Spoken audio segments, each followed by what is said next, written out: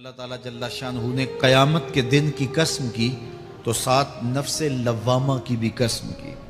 قسم تو کوئی بھی کرے تو سننے والا متوجہ ہوتا ہے کہ یہ جو قسم کی جا رہی ہے تو یہ کسی عنوان کی اہمیت کو بیان کرنا مقصود ہے، تو پھر قسم اگر رب کرے تو پھر سمجھنے کے لیے کافی ہے کہ وہ کتنا اہم مضمون ہوگا جس پہ میرا رب ہو کے قسم کر رہا ہے۔ تو قیامت پر اللہ تعالیٰ قسم فرما رہا ہے تاکہ اس کا قسم فرمانا اہل عقل کے لیے کافی ہو کہ اس کے اس بات کے لیے اس سے بڑی کیا دلیل ہو سکتی ہے کہ میرا رب اس پہ قسم کر رہا ہے۔ اَيَحْسَبُ الْإِنسَانُ أَن لَّن نَّجْمَعَ عِظَامَهُ، اللہ تعالیٰ ارشاد فرماتا ہے کہ کیا آدمی یہ سمجھتا ہے کہ ہم ہرگز اس کی ہڈیاں جمع نہیں فرمائیں گے؟ یہ ایک کافر تھا، عدی بن ربیعہ، یہ مراد ہے یہاں انسان سے۔ ایک روایت کے مطابق ابو جہل بن ہشام مراد ہے۔ تو یہ ابو جہل یا عدی بن ربیعہ یہ کہتے تھے کہ کیا ہڈیوں کو دوبارہ جوڑا جائے گا، دوبارہ ان کو جمع کیا جائے گا؟ یہ نہیں ہو سکتا، قیامت نہیں آ سکتی۔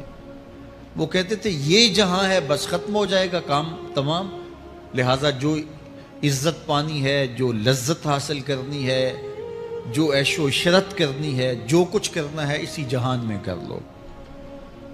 آج کل بہت سارے لوگوں کا رویہ بھی یہی ہے کہ بس ٹھیک ہے، یہ دنیا ہی سب کچھ ہے، آخرت بس ایک اعتقاد کی حد تک ذہن کے کسی گوشے میں ہے، 2 لمحوں کے لیے خیال آیا تو رک گئے، پھر اپنی وہی ڈگر کی زندگی۔ لیکن آخرت جب تیقن کی اس منزل تک پہنچ جائے پھر انسان کے اعمال کے اندر خود بخود جو ہے وہ نظم پیدا ہو جاتا ہے کہ چونکہ میں اللہ کے حضور پیش ہونا ہے اور ایک ایک عمل کا میں نے حساب دینا ہے۔ تو آخرت کے بارے میں یقین کی کمزوری انسان کو جو ہے وہ گناہوں کی دلدل میں پھنسا دیتی ہے۔ اس لیے آخرت کا یقین یہ بہت ضروری ہے تاکہ ہماری زندگی میں نظم پیدا ہو اور ہم اللہ کے حضور جھکنے والے، اس کے شکر گزار بندے، اس کی اتباع کرنے والے بنے۔ تو اب وہ کافر کہتے تھے ابن ربیعہ یا ابو جہل کہ یہ جو ہڈیاں ہیں ان ہڈیوں کو کیسے دوبارہ زندہ کیا جائے گا۔ نضر بن حارث ایک کافر تھا، وہ کہیں سے قبرستان سے پرانی ہڈی اٹھا لایا اور وہ اتنی بوسیدہ تھی کہ ہاتھ کے لمس سے ٹوٹ ٹوٹ کے گرتی تھی، اور حضور کے پاس آ کھڑا ہوا اور آ کے کہنے لگا کہ کیا ان ہڈیوں کو دوبارہ زندہ کیا جائے گا؟ کون ہے ان کو جو دوبارہ زندہ کرے؟ اور ساتھ ہڈی توڑتا ہے اور اس کے ریزے زمین پہ گرتے ہیں۔ تو حضور علیہ السلام نے اللہ کی جانب سے اس کا جواب دیا۔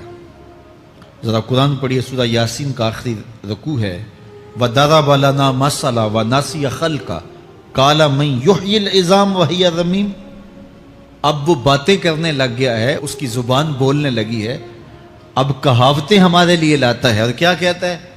مَن يُحْیِی الْعِظَامَ وَهِیَ رَمِیمٌ، ان ہڈیوں کو کون زندہ کرے گا جبکہ اتنی بوسیدہ ہو گئی ہیں؟ تو یہ نضر بن حارث حضور کے سامنے ہڈی لایا تھا اور توڑتا تھا اور کہتا تھا یہ ہڈیاں زندہ ہوں گی، ان ہڈیوں کو دوبارہ اٹھایا جائے گا جو اتنی بوسیدہ ہو گئی ہیں کہ ہاتھوں کا لمس بھی گوارا نہیں کرتی، اس کو دوبارہ زندہ کیا جائے گا؟ کون زندہ کرے گا؟ جواب سنو، قُلْ يُحْيِيهَا الَّذِي أَنشَأَهَا أَوَّلَ مَرَّةٍ، اے محبوب فرما دیجئے اب تو ہڈیاں موجود ہیں، جب ہڈیاں بھی نہیں تھیں تو جس رب نے انسان بنایا ہڈیوں کو جوڑ کے نہیں بنا سکتا؟ اب تو میٹیریل موجود ہے جب میٹیریل بھی موجود نہیں تھا۔ هل أتى على الإنسان حين من الدهر لم يكن شيئا مذكورا، انسان پر وہ وقت بھی آیا ہے جب یہ قابل ذکر چیز ہی نہیں تھا، اس کا نقشہ نہیں تھا، اس کی صورت نہیں تھی، اس کا میٹیریل نہیں تھا، اس کا مادہ نہیں تھا، لیکن جس نے حضرت انسان بنایا، پانی کی بوند سے تخلیق کیا، تو اب کیا وہ ہڈیوں کو جوڑ کر انسان نہیں بنا سکتا؟ تو یہ کفار بات کرتے تھے کہ نہیں نہیں نہیں، اتنی بوسیدہ ہڈیوں کو کیسے زندہ کیا جائے گا، یہ بات سمجھ میں نہیں آتی۔ پھر ان کے ذرے بکھر گئے، بعض انسانوں کو جانور چیڑ پھاڑ کے کھا گئے، کچھ وہ کھا گئے، کچھ ہڈیاں پڑی رہ گئیں، کچھ ان کی ہڈیاں راکھ بن کے اڑ گئیں۔ تو کیسے ہو سکتا ہے کہ ان کو دوبارہ زندہ کیا جائے، ان کے اجزاء جوڑے جائیں؟ اب یہ عدی بن ربیعہ نے بھی یہی کہا۔ اللہ ارشاد فرماتا یحسب الانسان ان نجمع عظامہ، یہ آدمی گمان کرتا ہے، کہتا ہے کیا ہڈیوں کو دوبارہ زندہ کیا جائے گا؟ اللہ فرماتا ہے کیوں نہیں، ہم اس بات پہ قادر ہیں کہ اس کے انگلیوں کے پور پور کو دوبارہ کھڑا کر دیں، اور اس کے اجزاء جو بکھرے ہوئے ہیں ان کو ہم اکٹھا کر کے دوبارہ ان کو جوڑ دیں۔ ہمارے لیے کوئی مشکل نہیں ہے، لیکن یہ اس کا خیال ہے کہ ہڈیوں کو کیسے جوڑا جائے گا۔ لیکن سورہ یاسین میں جو دلیل دی اس پہ کس قدر جو ہے وہ آشش کرنے کو جی چاہتا ہے۔ فرمایا کہ قل یحییھا الذی انشأھا اول مرہ، یہ کہتے ہیں یہ ہڈیاں کون جوڑے گا؟ کہا جب ہڈیاں بھی نہیں تھی، جس نے ہڈیاں بنائی اس کے لیے جوڑنا کیا مشکل ہے؟ تو یہ عجیب تم نے بات کی۔ تو اللہ تعالیٰ جل شانہ قیامت کے دن ہمارے وجود دوبارہ اٹھائے گا اور اپنے حضور بندوں کو کھڑا کرے گا اور ان سے سوال پوچھے گا۔ یہ نہیں ہے کہ جو مرضی کرتے گئے، ایک آدمی نے ظلم کیا، جبر کیا، زیادتیاں کی، لوگوں کا حق لوٹا، لوگوں کا مال غصب کیا، عزتیں پامال کی، اور اتنا مؤثر تھا کہ عدالتیں وہ خرید لیتا تھا، کچہریاں وہ خرید لیتا تھا، پولیس وہ خرید لیتا تھا، کوئی سے پوچھنے والا نہیں تھا، اس کی بات چلتی تھی، اس کا فون چلتا تھا، اس کا رکا چلتا تھا، عیش و عشرت کی زندگی گزاری اور مر گیا، ہزاروں کے حق غصب کر کے، ہزاروں کا مال ہڑپ کر کے، لوگوں کی آبروئیں لوٹ کے مر گیا اور قبر میں چلا گیا، بس قصہ ختم۔ اب نہ وہ اٹھے گا نہ اس سے حساب لیا جائے گا، تو پھر انصاف کہاں گیا؟ ایک عدالت ایسی ہونی چاہیے کہ جس عدالت میں اس کو بھی پکڑا جائے اور ٹکٹکی پہ باندھا جائے کہ دنیا پر تو کسی نے تجھے پکڑا نہیں، آ اس عدالت میں تیرے خلاف سلطانی گواہ بھی موجود ہیں اور تجھے گناہوں کا، جرم کا بدلہ بھی دیا جائے گا، اور منصف جو ہے وہ انصاف کرے اور ان مظلوموں کو کھڑا کیا جائے کہ دنیا پر تو تمہاری داد رسی کسی نے کی، اس دربار میں تمہاری پوری پوری داد رسی کی جائے گی۔ عقل مانتی ہے کہ ایک ایسا دربار ہونا چاہیے، ایسا احتسابی عمل ہونا چاہیے، ایک ایسی عدالت لگنی چاہیے کہ جس کا کہیں جسے انصاف نہیں ملا اس کو وہاں جا کے انصاف ملے، اور وہ دن قیامت کا دن ہے۔ اس کا یقین زندگی میں نظم پیدا کر دیتا ہے اور تھر تھر بدن کانپتا ہے کہ آج اگر ہم مؤثر بھی ہو جائیں اور کسی کے سامنے جواب دہ نہ ہوں، لیکن ایک عدالت تو ہے جہاں ہم نے جواب دہ ہونا ہے اور اپنے ایک ایک عمل کا حساب دینا ہے۔ تو اللہ ارشاد فرماتا ہے کہ اس عدالت کے سامنے تم نے پیش ہونا ہے، تمہارے جوڑ جوڑ کو اللہ تعالیٰ دوبارہ کھڑا کرے گا اور اس کو دوبارہ تخلیق کرے گا اور پیدا کرے گا، اور تم دوبارہ کھڑے ہو جاؤ گے، اس کے حضور پیش ہوگے۔ بل یرید الانسان لیفجر امامہ، بلکہ آدمی چاہتا ہے کہ اس کی نگاہ کے سامنے بدی کرے۔ استغفر اللہ۔ یہ ایک ظالم کافر تھا، وہ حضور کی خدمت میں آیا، کہنے لگا میں نہیں مانتا قیامت آئے گی۔ حضور نے اس کو دلائل دیے، تو جب دلائل کے سامنے بے بس ہو گیا تو کہنے لگا کہ جس قیامت کی آپ بات کرتے ہیں وہ قیامت آ بھی گئی تو میں نہیں مانوں گا۔ اللہ اکبر۔ تو وہ انکار کرنے والوں کی انتہا ہوتی ہے، اور ذرا دیکھیے وہ کیا بول رہا ہے، بل یرید الانسان لیفجر امامہ۔ اس کی سرکشی دیکھیے، اس کا تمرد دیکھیے۔ وہ کہتا ہے اچھا اگر قیامت قائم ہوئی تو یہ گناہ، یہ جرم، یہ بدی، یہ بدکاریاں، یہ ظلم جو میں کرتا ہوں، یہ بدکاریاں رب کے سامنے کروں گا۔ کیسی ڈٹائی ہے، مذاق اڑاتا ہے، تمسخر اڑاتا ہے آخرت کا۔ کہتا ہے جو بدیوں کا کاروبار میں نے گرم کیا ہے، جو بدکاریاں میری زندگی کا معمول ہیں، جو دادے عیش دیتا ہوں، جو عزتوں کو پامال کرتا ہوں، جو غریبوں کے پنجے توڑتا ہوں، جو لوگوں کا حق غصب کرتا ہوں، جو برائیاں کرتا ہوں، اگر قیامت قائم بھی ہو گئی تو میں یہ سارے جرم رب کے سامنے کروں گا، پھر وہ مجھے پکڑ کے دکھائے۔ اللہ اکبر۔ یسأل ایان یوم القیامہ، پھر پوچھتا ہے اچھا قیامت کب آئے گی؟ یہ تمسخر کے طور پہ پوچھتا ہے، لاؤ نا قیامت، کب آئے گی قیامت، میں جرم رب کے سامنے کرنا چاہتا ہوں۔ اللہ اکبر۔ اب جواب سنیے، اب لفظوں کا ترجمہ اس زور سے کیا ہی نہیں جا سکتا جس زور کے لفظ ہیں۔ وہ کہتا ہے قیامت کب آئے گی، میں تو یہ جرم رب کے سامنے کرنا چاہتا ہوں، کوئی قیامت نہیں ہے، مذاق اڑاتا ہے، قیامت کب آئے گی؟ آواز آئی، فَإِذَا بَرِقَ الْبَصَرُ وَخَسَفَ الْقَمَرُ وَجُمِعَ الشَّمْسُ وَالْقَمَرُ۔ جب قیامت آئے گی تو آنکھیں چندھیا جائیں گے، چاند بے نور ہو جائے گا، سورج اور چاند اکٹھے ہو جائیں گے۔ یقول الانسان یومئذ این المفر۔ آج جو کہتا ہے کہاں ہے قیامت، اس دن بھاگتا پھرے گا، کوئی پناہ گاہ ہو بتاؤ، کوئی ہے ٹھکانہ چھپنے کا، کوئی پناہ گاہ ہے؟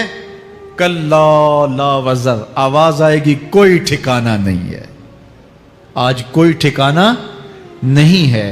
الی ربک یومئذ المستقر، اگر ٹھکانہ ہے تو صرف رب کے پاس ہے، انہیں ٹھکانہ ملے گا جو رب کے بندے ہیں اور اس کی دہلیز پہ آنے والے ہیں۔ یُنَبَّأُ الْإِنسَانُ یومئذ بما قدم وأخر، اللہ تعالیٰ اس دن بتا دے گا جو آگے بھیجا اور وہ بھی بتا دے گا جو پیچھے چھوڑا، ایک ایک چیز تشت ازبام ہو جائے گی۔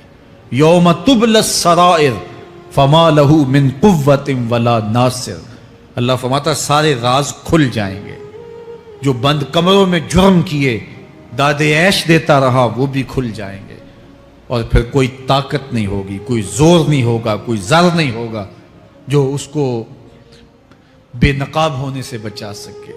اے داور حشر میرا نامہ اعمال نہ پوچھ، اس میں کئی پردہ نشینوں کے بھی نام آتے ہیں۔ تو وہ کتنا سخت دن ہوگا، ارشاد فرمایا جائے گا کہ جو آگے بھیجا، جو پیچھے چھوڑا، جو جرم کرتا رہا، جو نیکیاں کی، جو برائیاں کی، سب کچھ تشت ازبام ہو جائے گا۔ بل الانسان علی نفسہ بصیرہ، بلکہ آدمی خود اپنے حال پر اچھی طرح خود آگاہ ہے۔ ہم اسے نامہ اعمال کے دفتر دیں گے جہاں سب کچھ لکھا ہوگا۔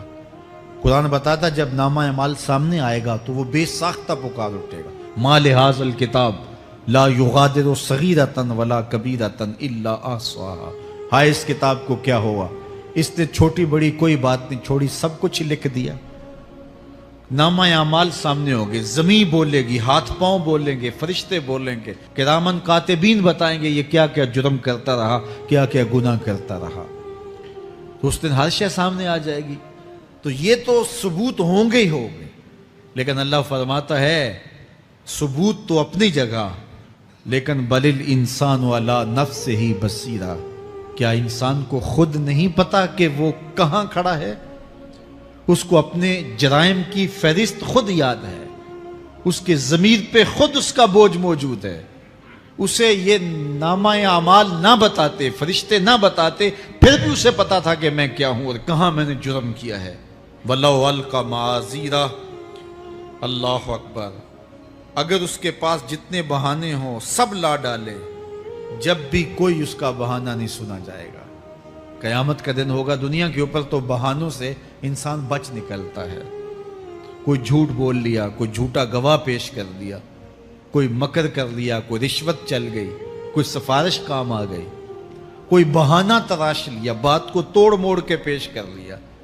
لیکن قیامت کا جب دن ہوگا تو کوئی نہ جھوٹا گواہ چلے گا، نہ رب کی پولیس رشوت لیتی ہے، نہ وہاں انصاف کے خلاف کوئی کام ہوگا، اور نہ ہی کوئی بہانہ چل سکے گا۔ اللہ اکبر۔ دوسری بات مفسرین نے یہ بھی لکھی کہ بعض اوقات یہ ہوتا ہے کہ انسان اپنے گناہ پر، اپنے جرم پر کوئی بہانہ تلاش کر کے لوگوں کو مطمئن کر لیتا ہے۔ جو اس نے جرم کیا، کسی سے زیادتی کی، کسی کا حق غصب کیا، تو لوگوں نے ملامت کی تو وہ کوئی بہانہ تلاشتا ہے اور لوگوں کو مطمئن کر لیتا ہے۔ بعض اوقات لاجواب کر دیتا ہے، بعض اوقات مطمئن بھی کر لیتا ہے۔ وہ لوگوں کو تو مطمئن کر لیتا ہے لیکن وہ خود مطمئن نہیں ہو سکتا۔ جس نے جرم کیا ہوتا ہے، جرم اس کو اندر سے ڈستا رہتا ہے، اس کا ضمیر اس کو ٹھوکریں مارتا رہتا ہے، اندر کی بے چینی اسے تنگ کرتی رہتی ہے، اگرچہ وہ دلائل سے، مکر و فریب سے، باتوں کو توڑ موڑ کے عذر کر لیتا ہے، کوئی بہانہ بنا لیتا ہے، لیکن اس کے باوجود اس کے اندر کوئی چین، اندر کوئی اطمینان نہیں ہوتا۔ اللہ اکبر! تو مجرم بے چین رہتا ہے۔ آج ہماری بے چینیوں کا ایک سبب ہمارا مالک کی دہلیز سے منہ موڑنا اور بہت سارے دیدہ نادیدہ گناہوں کا ارتکاب کرنا ہے۔ جب ہم سے سستیاں ہو جاتی ہیں، کوتاہیاں ہو جاتی ہیں، تو وہ گناہ ہمارا پیچھا نہیں چھوڑتے اور ہمیں بے چین اور مضطرب رکھتے ہیں۔ تو بعض اوقات جو ہے وہ ہم کہتے ہیں کہ پتہ نہیں بے چینی کیا ہے۔ بے چینی گناہوں کی ہے۔ گناہ طبیعت میں بے چینی پیدا کر دیتا ہے، سکون نہیں آنے دیتا۔ اطمینان کی دولت چھن جاتی ہے جب کوئی شخص گناہ کرتا ہے، اور یہ لازمی نہیں ہے کہ وہ کسی کا حق غصب کرے، اس نے کسی کی عزت ہی پامال کی ہو، اس نے کسی کی آبرو پہ حملہ کیا ہو۔ اگر نماز چھوڑی ہے تو بے چینی یہ بھی کم نہیں ہے، یہ رب کی نافرمانی ہے۔ اگر اس کی نظر بھٹکی ہے تو یہ بھی کم بے چینی نہیں دیتی۔ اگر اس کا خیال بہکا ہے، اس نے زبان سے کسی کو دکھ دیا ہے، اس نے کسی کے لیے سب و شتم کا انداز اختیار کیا ہے، گالی گلوچ کا رنگ اختیار کیا ہے، تو پھر کیا ہوا کہ یہ بے چینی اندر کو توڑتی رہتی ہے۔ انسان چلتا پھرتا ہے لیکن اسے طمانیت نہیں ملتی، اسے سکون نہیں ملتا۔ سکون کب ملے گا؟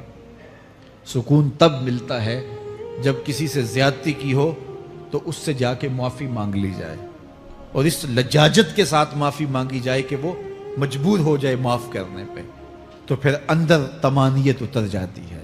اگر رب کی نافرمانیاں کی ہیں تو لیلۃ القدر کے دامن میں اس سے معافی مانگ لو، اتنی لجاجت سے معافی مانگو، اس قدر رو کے معافی مانگو، ترلے منت پہ اتر آؤ، ہاتھ جوڑو، آنسو بہاؤ، چیخو، چلاؤ، رو، اس کی دہلیز سے لپٹ جاؤ، اس سے اپنے گناہوں کی معذرت کرو۔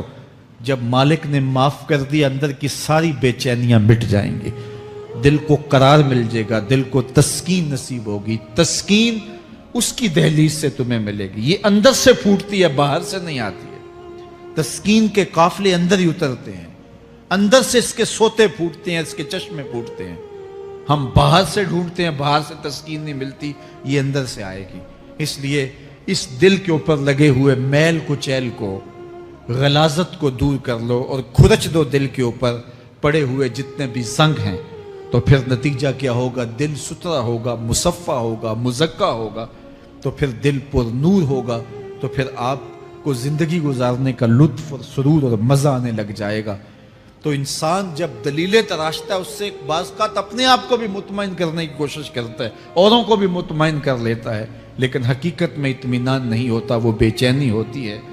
تو اللہ تعالیٰ جل شانہ اس کہانی کو بیان کرتے ہوئے ایک اور مضمون کو بیان کیا، اور یہ بالکل درمیان میں جملہ معترضہ کے طور پہ جو ہے وہ نظر آ رہا ہے کہ بات تو چل رہی ہے، تو اچانک اللہ اپنے محبوب سے مخاطبہ فرماتا ہے اور کیا ارشاد کرتا ہے؟ لا تحرک بہ لسانک لتعجل بہ۔ تو یہ اچانک بات کیوں آ گئی؟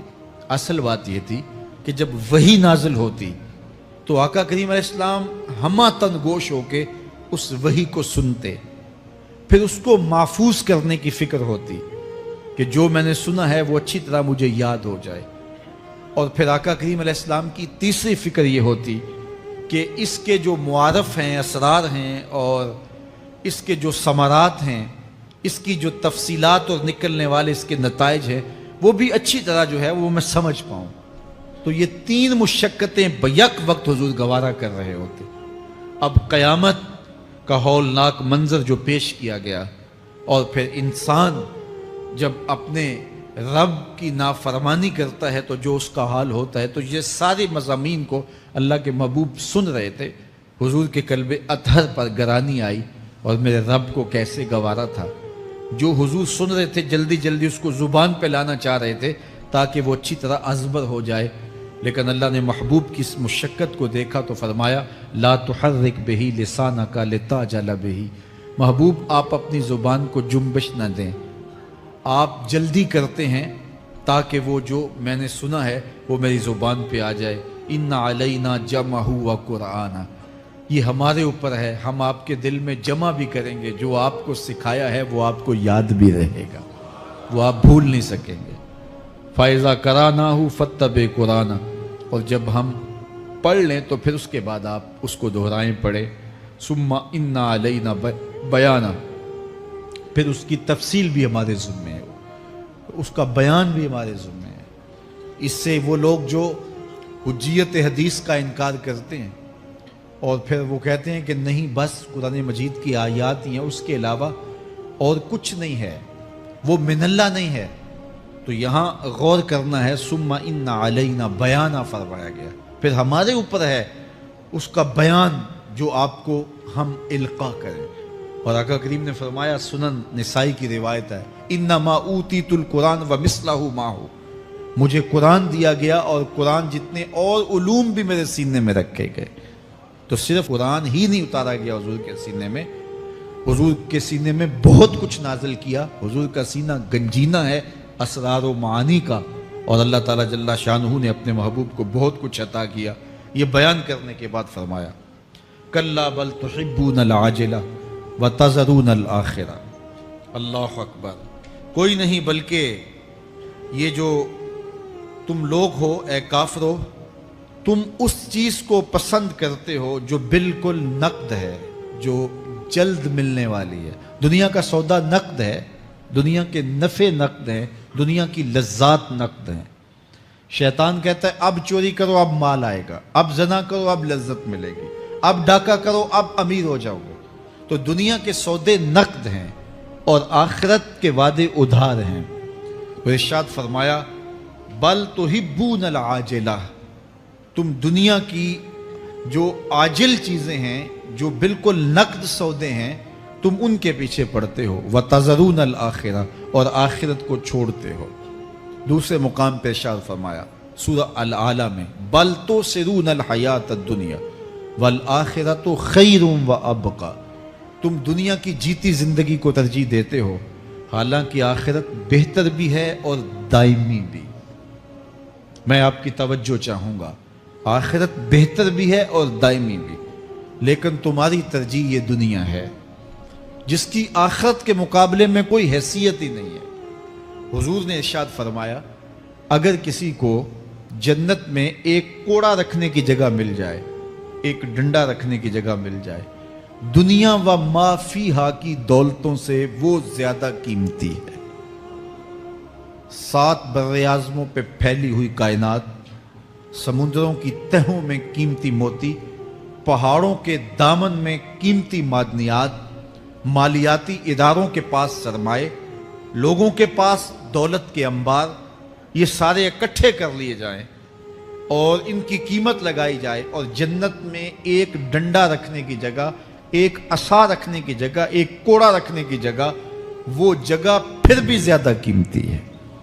پراپرٹی ویلیو ہوتی ہے نا، وہ کہتے ہیں کہ دور دراز دیہات سے 10 ایکڑ فروخت کریں تو یہاں ہمارے بائی پاس پہ اگر لیں تو 1 کنال جگہ آئے گی، 10 ایکڑ فروخت کر کے یہاں 1 کنال ملے گی۔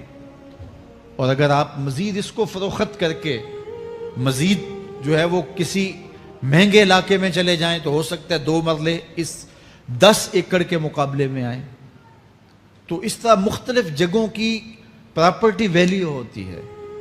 اللہ کے محبوب جنت کی پراپرٹی ویلیو بتا رہے ہیں۔